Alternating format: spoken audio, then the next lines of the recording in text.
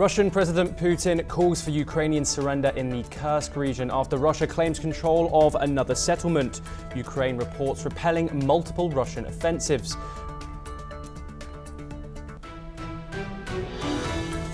Ukrainian President Volodymyr Zelensky praises diplomacy efforts emerging from peace talks, saying they are pushing towards the end of the war.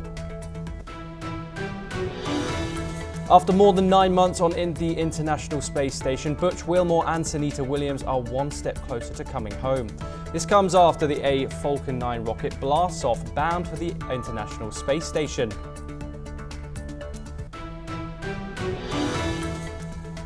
The Iraqi Prime Minister says the head of the Islamic State in Iraq and Syria has been killed in an operation by the Iraqi National Service.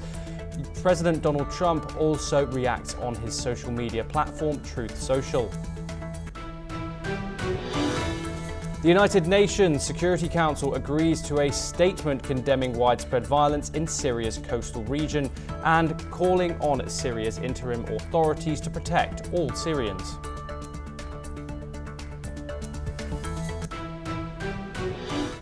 Mark Carney, an economist and political newcomer, took office as Canada's Prime Minister. He replaced Justin Trudeau after winning the Liberal Party leadership in a landslide. Carney promised Canada would never become a part of the United States. He called Donald Trump's idea of making Canada the 51st state crazy. Carney inherits a trade war with Trump, who has threatened tariffs that could hurt Canada's economy. Still, Carney said he looks forward to working with the US president. His first move as Prime Minister was scrapping the consumer carbon tax, a key policy under Trudeau. The tax had become unpopular amid high inflation. Several of Trudeau's ministers kept their jobs in Carney's cabinet.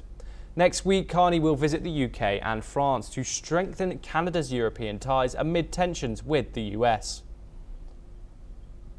I, Mark Carney, do solemnly and sincerely promise and swear that I will truly and faithfully, and to the best of my skill and knowledge, execute the powers and trust reposed in me as Prime Minister. Well, I've been clear, personally I've been clear, the ministers behind me, I think to an individual, when asked, have been clear that we will never, ever, in any way, shape or form, be part of the United States. America is not Canada. Now moving on to the Ukraine-Russia conflict. The US says talks with Russia over a Ukraine ceasefire have been productive. President Donald Trump called the discussions with Vladimir Putin a good step towards ending the war. But Ukraine's President Volodymyr Zelensky remains skeptical, accusing Putin of stalling peace efforts. While the White House remains hopeful, Kyiv fears Russia is buying to continue its aggression. Meanwhile, the UK and G7 nations back the US proposed ceasefire, but they say the next move is Russia's. Let's listen to what Trump had to say after. From the standpoint about a ceasefire and ultimately a deal, some pretty good vibes coming out of Russia. Dr. Satoru Nagao, fellow Hudson of the Hudson Institute, joins us now from Tokyo, Japan. Thank you very much for joining us, Dr. Nagao. Russia has accepted this 30-day ceasefire, but on conditional terms. How might these conditions affect feasibility of the... We should remember what happened in the battlefield. Russia is winning even if they pay huge cost. So that's why when President Trump seeks a ceasefire in this place, yes, Russia want to get bigger benefit. So to persuade Russia, the President Trump used one kind of the bluff, which is looks like pro-Russia. So his stance is something like that last 2 months. But in this case, Zelensky reacts to this attitude because of this. So that's why the fight has happened between Trump and Zelensky. So that's why President Trump needs to show their original stance, their side of Ukraine. So under such kind of situations, Russia do not have the reason to accept the ceasefire. So this is difficult condition for the President Trump. So President Trump's skill to persuade Russia, this is under such kind of the tough conditions, he tried to find something, the special card to persuade Russia. That is the current situation. So stance, when we compare the stance between U.S. stance and Russian stance, now the U.S. demands ceasefire first and negotiation next. But Russia's stance is negotiation first and ceasefire next, so completely opposite. So how to persuade is maybe difficult situation, but Trump tried to do that. It relies on his skill. Dr. Nagao, how are you analysing the US's mediation efforts in this conflict? Obviously, you have things changing every single day. You have an argument with Zelensky in the Oval Office in public 1 week, then US officials and Ukrainian officials are shaking hands over a 30-day peace deal proposal, and you also have Donald Trump kind of putting these things out on social media in his own kind of lingo. What's your analysis on these kind of negotiations from the side of Donald Trump's US administration? In this case, we should remember what happened when Trump was the president between 2016 to 2020. He tried to persuade North Korea at that time, but how to do that? Indeed, the U.S. cannot intervene in North Korea militarily, because if the U.S. start a big military operation in North Korea, this is the side of the Beijing means that China will intervene and the war will be escalated to the U.S.-China war. So that's why U.S. cannot intervene militarily. But Trump used the bluff. It looks like he's a crazy guy, very strong guy, and can attack North Korea anytime. That's why the North Korea accept the moratorium to stop the missile test that time. But North Korea did not stop the nuclear development program itself. In case of Russia and Ukraine, indeed, a similar situation could happen. Ceasefire could happen if President Trump can use bluff. This is good for Russia, even if he is the side of Ukraine. So that's why this bluff is very important card to persuade Russia. So can he succeed or not? It relies on his skill. In regard to the resumption of the military aid and intelligence sharing, which has now been resumed, how does this influence the dynamics of the current ceasefire negotiations, do you think? U.S. restart support to Ukraine means that this situation reveals the real voice of the United States, which is the side of Ukraine. They stand with Ukraine, so that's why the view from Russia, U.S. is enemy, potential enemy. So if the Trump administration's image looks like pro-Russia, Russia has the reason to listen opinion from Trump administration to stop the war. But if President Trump is the Ukraine side, there is no reason to listen to Trump administration opinion. So this is more difficult situation. So on surface, he tried to show the pro-Russian stance as a bluff, despite the U.S. is Ukraine side. But now, because of the Zelensky, it has revealed the U.S. is Ukraine side. So that is the reason the more difficult situation President Trump faced. But if summer will come, still Ukraine can resist very strongly, and if the counteroffensive it could happen, situation will change. So current negotiation is rely on the battlefield. If the Ukraine stops Russia's offensive, temporarily Russia has a reason to stop the offensive. So that is the situation, I believe. Dr. Nagao, we've obviously seen the UK and other G7 nations back this 30-day proposed ceasefire deal. Do you think the Russians see the UK and other European nations and other G7 nations as having kind of weight in this fight? Do the US see them as any sort of talking point with Russia in these negotiations whatsoever? Yeah, if many countries join the negotiation, it will be complicated. So that's why the Trump administration needs one kind of trust from allies and partners. even if his stance looks like pro-Russia, this country will not upset and try to intervene in this negotiation. That is ideal for the Trump administration. But that wasn't happen when Zelensky tried to resist Trump's remark in the White House. So that's why now a little bit difficult situation US is facing. But view from Russia do not want to create something situation Trump will act unpredictability, unpredictable act Trump will do. Russia cannot control the negotiation. So that's why Russia also afraid of Trump.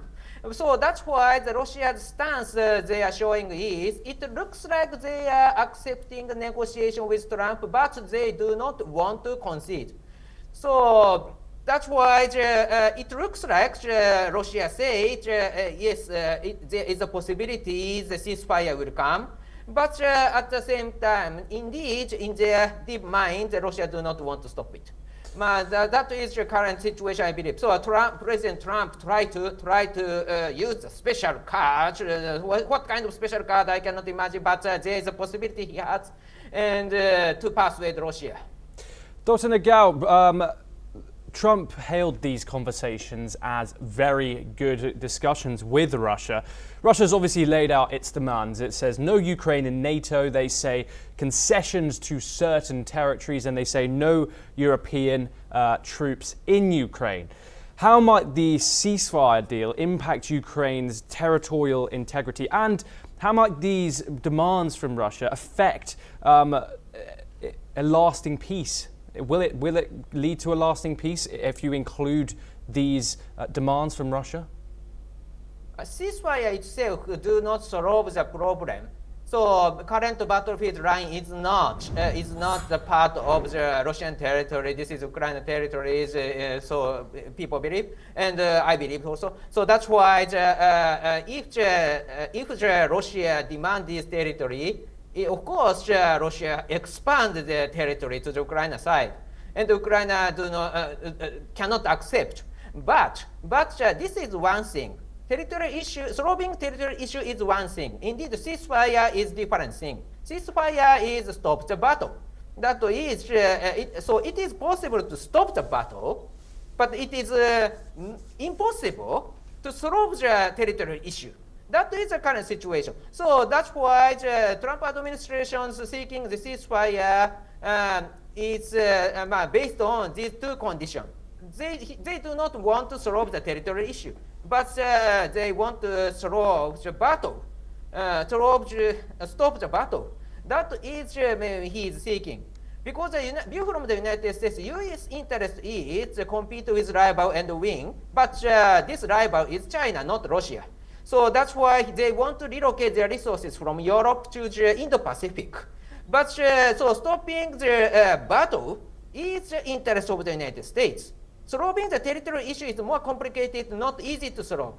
So that's why this is maybe long-term negotiation will solve the problem, but not just now. It's a U.S. stance, I believe. Dr. Satoru Nagao, thank you very much for joining us. We now move to some news updates from the United States. The US Congress has managed to avert a government shutdown just in the nick of time. After weeks of tense negotiations, the Senate approved a crucial funding bill backed by President Donald Trump. The bill, which had already passed the House, will keep federal agencies funded through September. The midnight deadline was looming, but the last-minute deal stopped the shutdown preparations and spared over 800,000 workers from being furloughed. The move required rare cooperation between Republicans and Democrats in the Senate, highlighting the stakes of this high-stakes vote.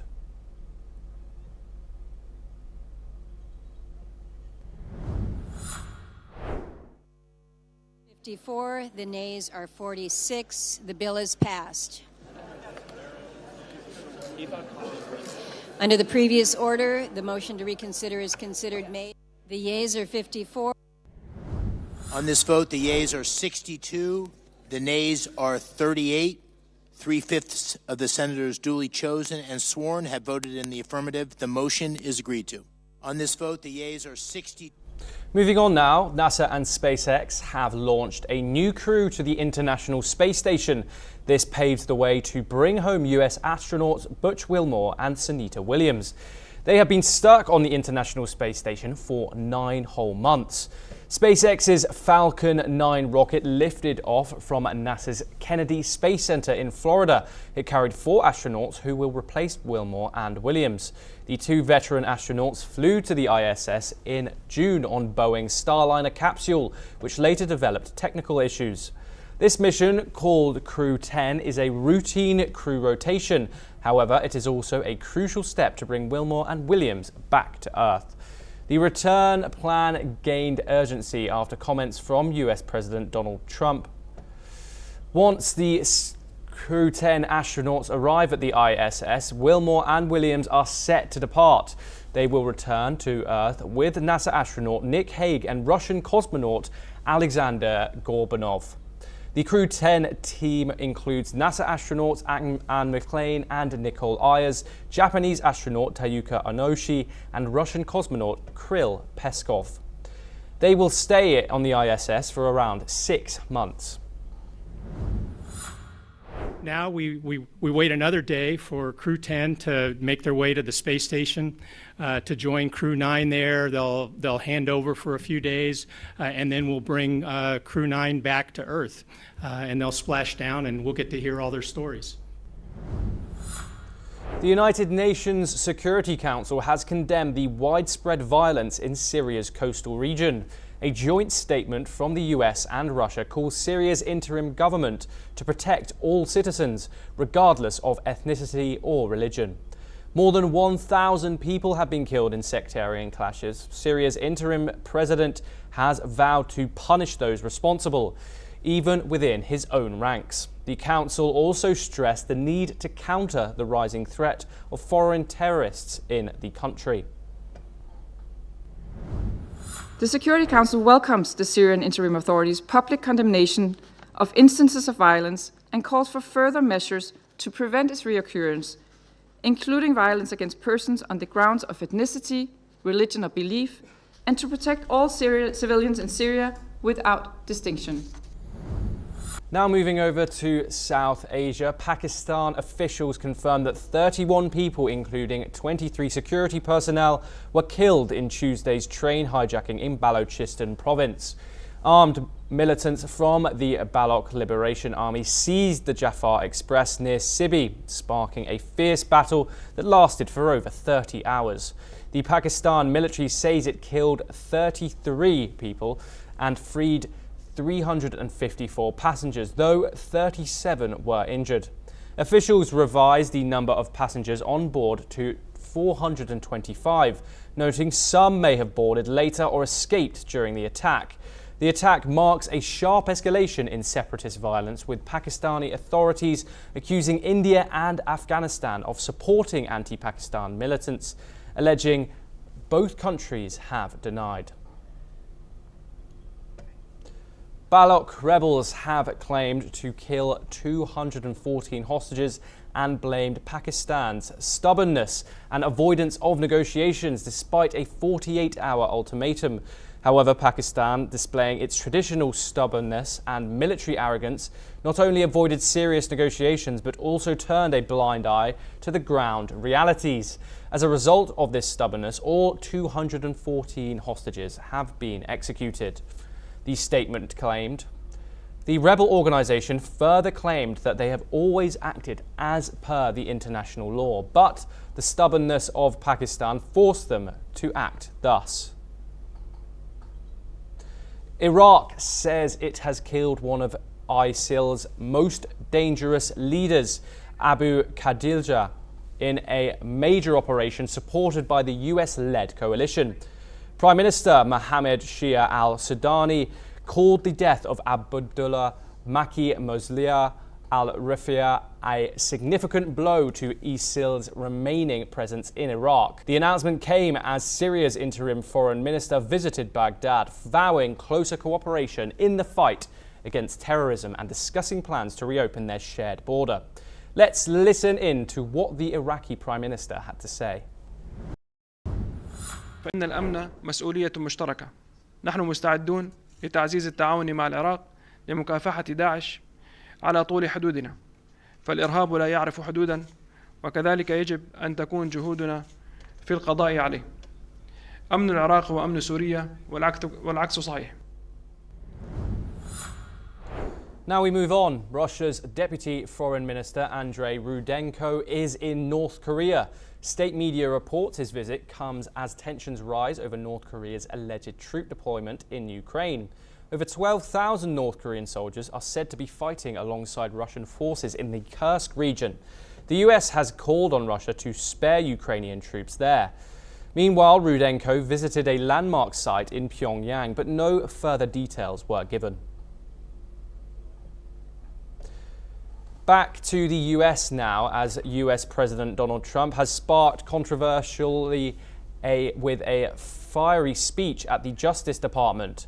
Trump accused judges, prosecutors and Biden officials of corruption and threatened legal action against his political rivals. He claimed his 2024 win gave him a mandate for sweeping investigations. Critics worry this signals Trump's push for political retribution.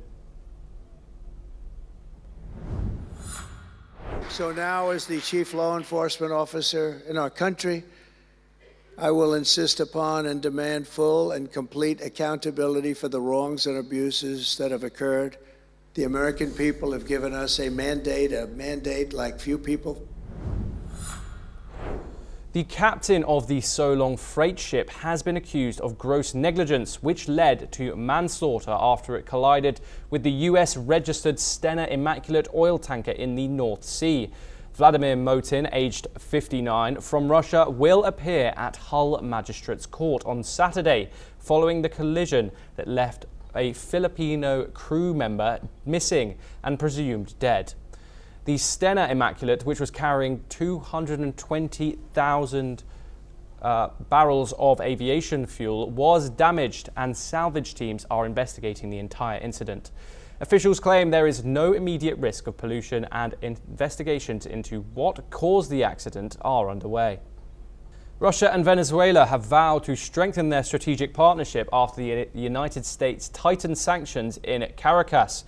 In a video call, Russian President Putin and Venezuelan President Nicolas Maduro announced plans to expand energy cooperation after Washington ordered US oil giant Chevron to halt operations in Venezuela. This comes amid rising tensions after US President Donald Trump accused Maduro of failing to honor agreements with a US envoy. Putin, one of the few leaders to recognize Maduro's controversial re-election, also invited him to visit Moscow in May for Russia's Victory Day celebrations. Yo le podría decir, querido presidente Vladimir Putin, que hemos entrado en una etapa de madurez de las relaciones entre Rusia y Venezuela. Y espero que en esas jornadas podamos suscribir lo que ya hemos avanzado, que es el acuerdo de asociación estratégica y cooperación entre Venezuela y Rusia, que eleva al máximo nivel nuestras relaciones en varios campos. С удовлетворением отмечу, что полностью согласован договор о стратегическом партнерстве и сотрудничестве, который создаст хороший, прочный фундамент для дальнейшего расширения многоплановых связей на долгосрочную перспективу. Rodrigo Duterte, the former president of the Philippines, was arrested under an ICC warrant and transferred to The Hague to face crimes against humanity charges related to his anti-drug campaign, which led to the deaths of thousands of suspected drug offenders. Duterte's lawyer, Salvador Maida Gale, argued that Duterte was abducted too ill to testify, citing serious health issues. However, the court determined he was mentally fit. Duterte confirmed his identity but did not enter a plea. He is the first Asian former head of state to stand trial at the ICC. A confirmation of charges hearing is scheduled for September the 23rd, with the trial expected to begin in early 2026. Duterte's surrender represents a significant win for the ICC prosecutor Karim Khan. And that is all we have time for. We will continue to bring you more news updates from across the world.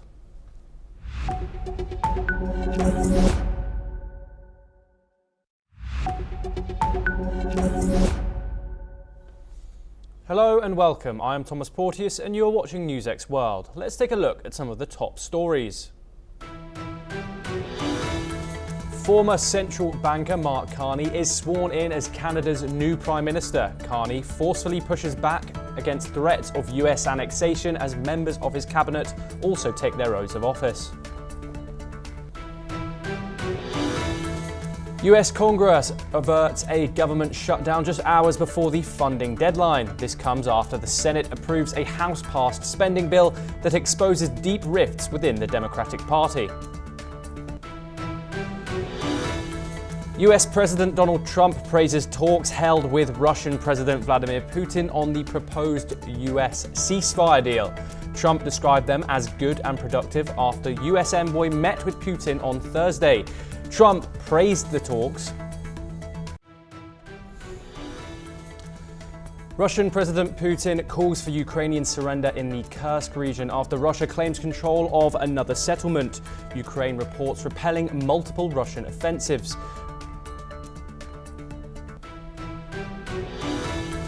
Ukrainian President Volodymyr Zelensky praises diplomacy efforts emerging from peace talks, saying they are pushing towards the end of the war.